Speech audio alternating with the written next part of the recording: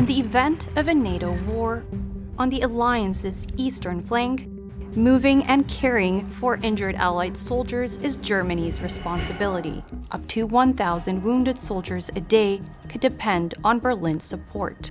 But is Germany ready? Expect about 1,000 wounded soldiers per day, which is an enormous amount of casualties compared to recent experience of the German armed forces in places such as Afghanistan.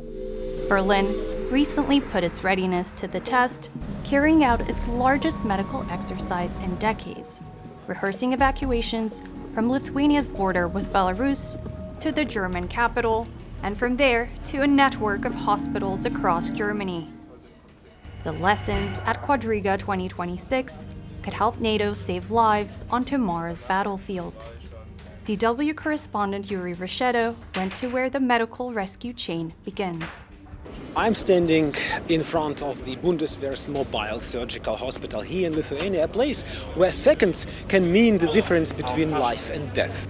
Right now, a full-scale training exercise is underway, designed to simulate conditions as realistically as possible. It starts at the very moment a soldier is injured in the field. Germany's role in Lithuania. Germany leads NATO's enhanced presence there, a multinational force designed to deter Russian aggression on the eastern flank. Since Russia's 2022 invasion of Ukraine, Europe's security situation has changed. In response, Berlin has deployed permanent troops abroad for the first time since World War II. The German brigade in Lithuania is growing. This year, forces under its command tripled from 500 to 2,800 and are expected to reach 4,800 by 2027. Germany as a whole, but especially the Bundeswehr, is taking the challenge presented by Russia and the prospect of large-scale conventional war in Europe really seriously. Providing medical care to troops there is a core part of NATO's operational readiness. That includes necessarily also thinking about providing medical support, not only to soldiers that might be injured, but also civilians that could be in need of evacuation. Berlin, Europe's logistical hub. The second phase of the medical exercise takes us to Germany. DW reporter Alex Gast visited a medical hub set up near Berlin's airport. Here, patients arriving from Lithuania are stabilized before being transferred to hospitals across the country with free beds. By practicing something like this, we send a strong signal to the outside world, but also to the alliance. Show them they can rely on us. Let them see we are practicing exactly what would be important for our allies in an emergency. The German army says Quadriga 2026 is no longer just an exercise, but that it is designed to run as a mission-ready operation. We've never practiced this in this form in the past, at least not with the signs we have now. The important thing is that we're actually able to cope with a large number of wounded people in a real crisis. But emergency responders fear Germany is not quite ready for its mission. A report published last year by the German Hospital Institute concluded that hospitals are poorly equipped for a NATO emergency.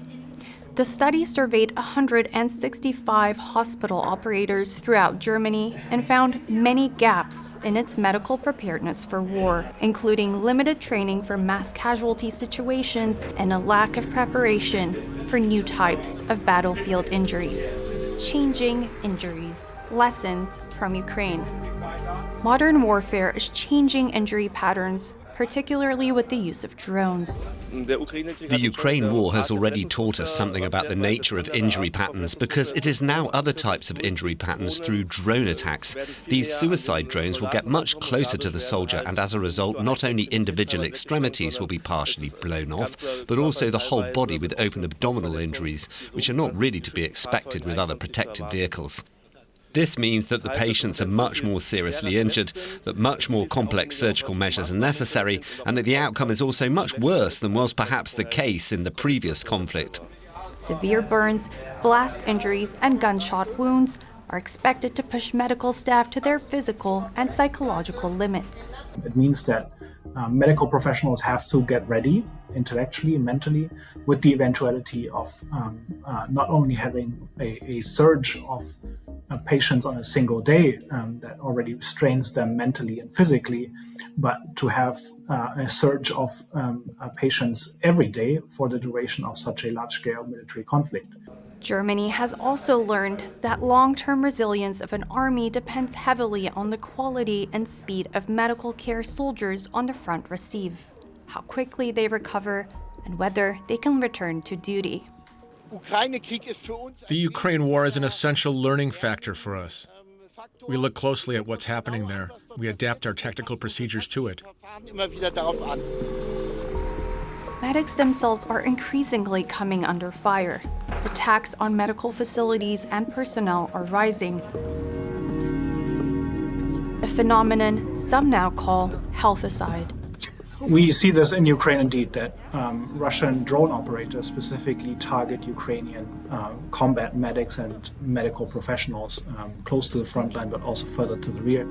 They occasionally target, and we've seen footage online of drones striking medical vehicles that are trying to evacuate Ukrainian military personnel from the front line, which is a war crime, but that hasn't stopped Russia in other places either.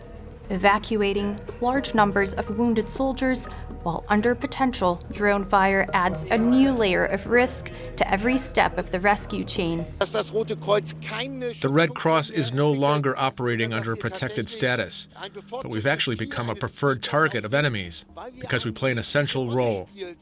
And if you want to harm the troops, you harm medics. We also have to expect to be a target ourselves and work under the most adverse conditions. Ensuring that systems still function under pressure is one of the central challenges being tested in this exercise. For years, Germany and much of Europe built its systems around peace.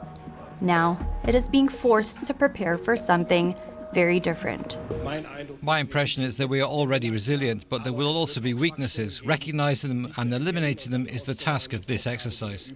And according to NATO, it doesn't have long. NATO believes Russia could attack by 2029. Quadriga 2026 is a test, not just of logistics or medical capacity, but of whether Germany can adapt fast enough to meet the realities of modern warfare. Because in the end, the question is simple. If the worst happens, will the systems hold? Politically, leaders have to engage in a very difficult conversation. It means that in a crisis or conflict, certain elective procedures would have to be put off. Someone's grandma could not get their hip replaced, for example. And that is not a very appealing conversation in an electoral political context to have.